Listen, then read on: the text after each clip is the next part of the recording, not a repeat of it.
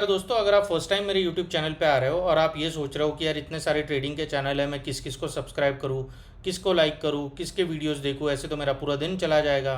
तो अब 1 मिनट रुक जाइए दोस्तों, के लिए मेरा कल का वीडियो देख लीजिए। मैंने पूरे वीडियो के अंदर 5 मिनट के 6 मिनट के वीडियो के अंदर 3 बार बोल दिया था कि मार्केट आज कंसोलिडेट करेगा दोस्तों। अगर आप मेरे चैनल के साथ जुड़े हो और जुड़े रहते हो तो मैं कभी आगे तक भी कभी ये क्लेम नहीं करूँगा दोस्तों कि मेरे वजह से आपने इतना प्रॉफिट कर लिया, मेरे वजह से आपने इतने पैसे कमा लिए। मैं ये आज तक कभी बात बोला नहीं हूँ, ना मैं आगे कभी बोलूँगा। हाँ, बस मैं इतनी बात बोलूँगा दोस्तों कि अगर मुझे लगता है कन्विक्शन से कि यार कल का दिन कंसोलिडेट हो सकता है, या जब तक एक लेवल के नीचे मार्केट रहता है तब तक वो कंसोलिडेट करता रहेगा और ऑप्शन बायर्स को वो प्रॉफिट नहीं देगा, तो ये मैं कन्विक्शन से ज़रूर शेयर करूँगा दोस्तों। क्योंकि अगर आप नए हो तो आपको ये धीरे धीरे पता चल जाएगा, अगर आप एक्सपीरियंस्ड हो तो आपको ऑलरेडी पता चल गया होगा कि प्रॉफिट जो है ना दोस्तों, वो कोई छोटा बच्चा भी कमा सकता है। 1 दिन 2 दिन 3 दिन प्रॉफिट एक छोटा बच्चा भी कमा सकता है। लेकिन आज के दिन पे मार्केट को कैसे हैंडल करना है, कितना कम लॉस करना है, ट्रेड ही ना करना है या सिर्फ एक ट्रेड करके बाहर निकल जाना है, या फिर अपने इमोशन को कैसे हैंडल करना है, अपने पेशेंस को कैसे हैंडल करना है, ये सब चीज़ें अपने को लॉन्ग टर्म के अंदर ट्रेडर बनाती है दोस्तों। मैं छोटा सा 1 मिनट के अंदर आपको साइकोलॉजी समझा देता हूँ कि यार मैंने कल वैसा क्यों बोला था कि आज मार्केट कंसोलिडेट कर सकता है। और मेरा जो एनालिसिस होगा ना दोस्तों, वो कोई कॉम्प्लिकेटेड नहीं होगा, कोई ऑप्शन चेन नहीं होगा उसके अंदर, कोई उसके अंदर एफ आई डी आई का डेटा नहीं होगा, कोई फालतू की बातें नहीं होगी। मार्केट ऊपर तब जाता है दोस्तों जब लोग बाय करते हैं, मार्केट नीचे तब आता है जब मैक्सिमम लोग सेल करते हैं दोस्तों। इतनी छोटी सी एनालिसिस को यूज़ करके हम ये पता करने की कोशिश करेंगे कि मार्केट कल के दिन पे कैसे कामकाज कर सकता है। थोड़ा सा पहले 1 या 2 मिनट के अंदर आज की साइकोलॉजी आपको समझा देता हूँ मैं फिर से। दोस्तों होता क्या है ना, अगर आप देखो तो पिछले 3 से 4 दिन से, मान लो ये वेनसडे का दिन था, मार्केट अच्छा मूव किया, ऑप्शन बायर को प्रॉफिट हुआ था। फिर से थर्सडे के दिन पे मार्केट मूव किया, ऑप्शन बायर को प्रॉफिट हुआ था। इस दिन पे भी अगर आप देखो, फ्राइडे के दिन पे तो बहुत अच्छी वॉलेटिलिटी हुई थी, ऑप्शन बायर्स को प्रॉफिट हुआ था। अगर आप मंडे का दिन भी देखो तो बहुत अच्छा ऑप्शन बायर्स को प्रॉफिट हुआ था, वॉलेटिलिटी हुई थी। अब दोस्तों अगर हर दिन ऑप्शन बायर ही पैसा कमाएगा तो फिर ऑप्शन सेलर करेंगे क्या? वो तो मार्केट से भाग जाएंगे। तो फिर तो कोई ऑप्शन सेल ही नहीं करेगा, सब लोग बाय करना चाहेंगे। और जब सबके सब लोग बाय करना चाहेंगे, कोई सेल ही नहीं करना चाहेगा, तो फिर तो मार्केट ही बंद पड़ जाएगा, मतलब मार्केट तो ऑपरेट ही नहीं कर पाएगा उस तरीके से। ऐसा है वो। तो ऐसा नहीं होता दोस्तों, हर एक की बारी आती है। कभी ऑप्शन सेलर्स के दिन होते हैं, कभी ऑप्शन बायर के दिन होते हैं। अब हुआ क्या ना दोस्तों, अगर आप देखो तो कल मार्केट ने 61% का अपना रिट्रेसमेंट कंप्लीट किया था। जो 1 सितंबर से जो रैली स्टार्ट हुई थी निफ्टी की, 19200 से लेकर जो टॉप लगा था 2200 का, उसकी मार्केट ने कल 61% की यहाँ पर रिट्रेसमेंट कंप्लीट की थी और कल एक डोजी कैंडल बनाई थी दोस्तों। तो अगर आप देखो ना, तो सेलर्स जो है ना मार्केट को 3-4 दिन से नीचे लेके आ रहे थे। और हुआ क्या ना, अगर मार्केट 3-4 दिन से नीचे आ रहा था तो सेलर्स थक गए थे मार्केट को नीचे लाते लाते, और बायर्स पहले से वीक थे। अगर वो वीक नहीं होते तो मार्केट को इतना नीचे आने ही नहीं देते। अब वो वीक थे इसलिए मार्केट को नीचे आने दिया उन्होंने। तो आप देखो ना कि कल बायर्स ने लगभग कम से कम 130 पॉइंट का मूव ऊपर लेके गए थे मार्केट को, ऐसा है वो। तो बायर्स पहले से वीक है। अब पहले से वीक है तो उनके लिए 130 पॉइंट भी भारी हो जाते हैं। 130 पॉइंट वो ऊपर लेके चले गए तो वो थक गए, उन्होंने वहीं पर दम तोड़ दिया यहाँ पर अपना। और उसके बाद फिर मार्केट धीरे धीरे नीचे आता गया। और अगर आप कल की क्लोजिंग देखो ना दोस्तों, तो एग्जैक्ट मिडिल पॉइंट के ऊपर हुई थी। ये है मार्केट की कल की क्लोजिंग। ये कल का लो था और ये कल का हाई था और ये थी क्लोजिंग। इसका मतलब आप देखो, यहाँ पर बायर्स ने फाइट किया है, यहाँ पर सेलर्स ने फाइट किया है, और उसके बाद दोनों ने अपनी पावर यूज़ कर ली है और मार्केट अभी रेस्ट कर रहा है दोस्तों।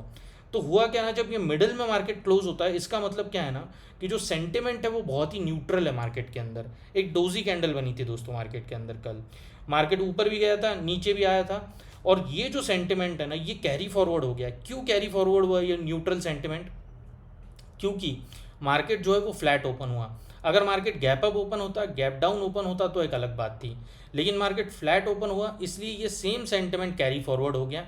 और उसके बाद अब जब मंथली एक्सपायरी आ रही है थर्सडे के दिन पे, ऑप्शन सेलर्स को पता है कि ऑप्शन बायर्स ने बहुत प्रॉफिट कर लिया है, तो इसके चक्कर में क्या हुआ ना दोस्तों, ये सेम न्यूट्रल सेंटिमेंट आज भी पूरे दिन कैरी हुआ और आज मार्केट कंसोलिडेट कर रहा था।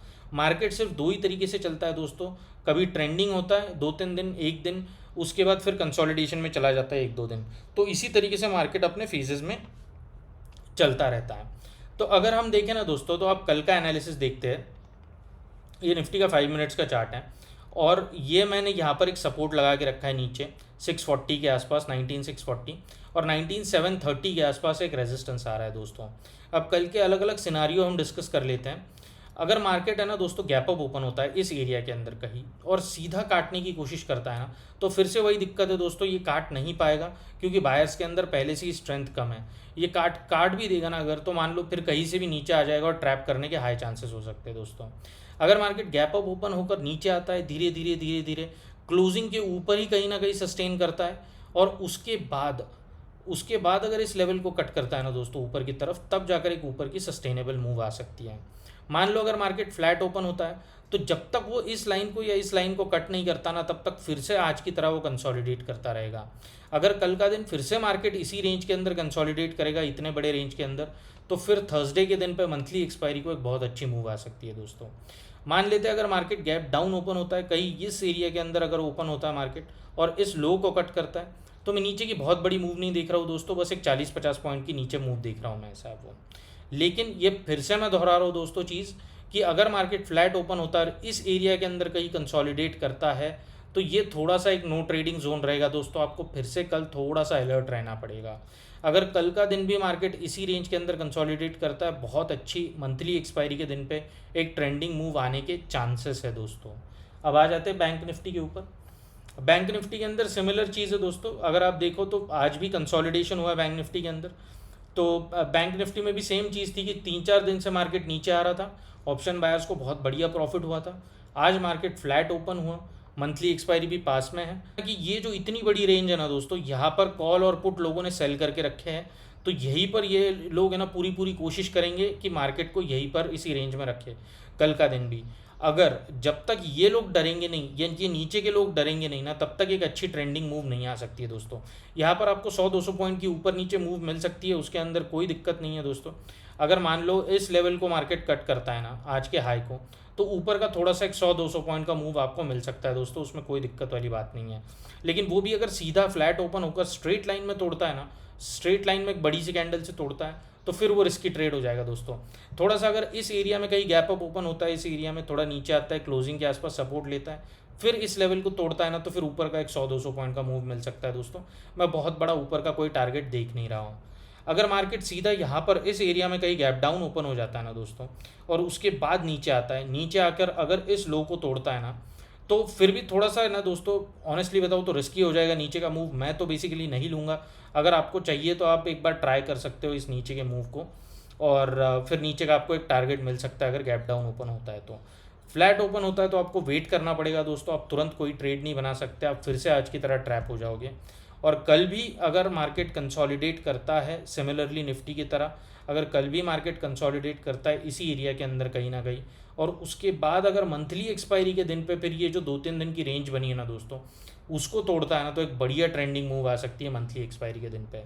तो कल भी मैं बोलूँगा थोड़ा सा पेशेंस से काम कीजिए दोस्तों। अगर मार्केट फ्लैट ओपन होता है तो अपने कैपिटल को सेव कीजिए, क्योंकि मार्केट 4-5 दिन से बहुत अच्छा मूव दे चुका था कल तक। तो अभी टाइम है कि मार्केट को हम थोड़ा सा, मार्केट अपना पेशेंस और इमोशंस टेस्ट करे और अपना अपन कैपिटल सेव करें। तो मैं पूरी पूरी कोशिश करूँगा दोस्तों लर्निंग को इतना सिंपल रख सकूँ कि आप लोग सब चीज़ें समझ पाओ। कोई कॉम्प्लिकेटेड टर्म नहीं है, मुझे आपको सिखाना है, मुझे आपको ये नहीं बताना कि मैं बहुत ज़्यादा नॉलेजेबल हूँ, ऐसा है वो। तो प्लीज़ मेरे चैनल को लाइक कीजिए, फॉलो कीजिए, सब्सक्राइब कीजिए और शेयर कीजिए। Thank you so much.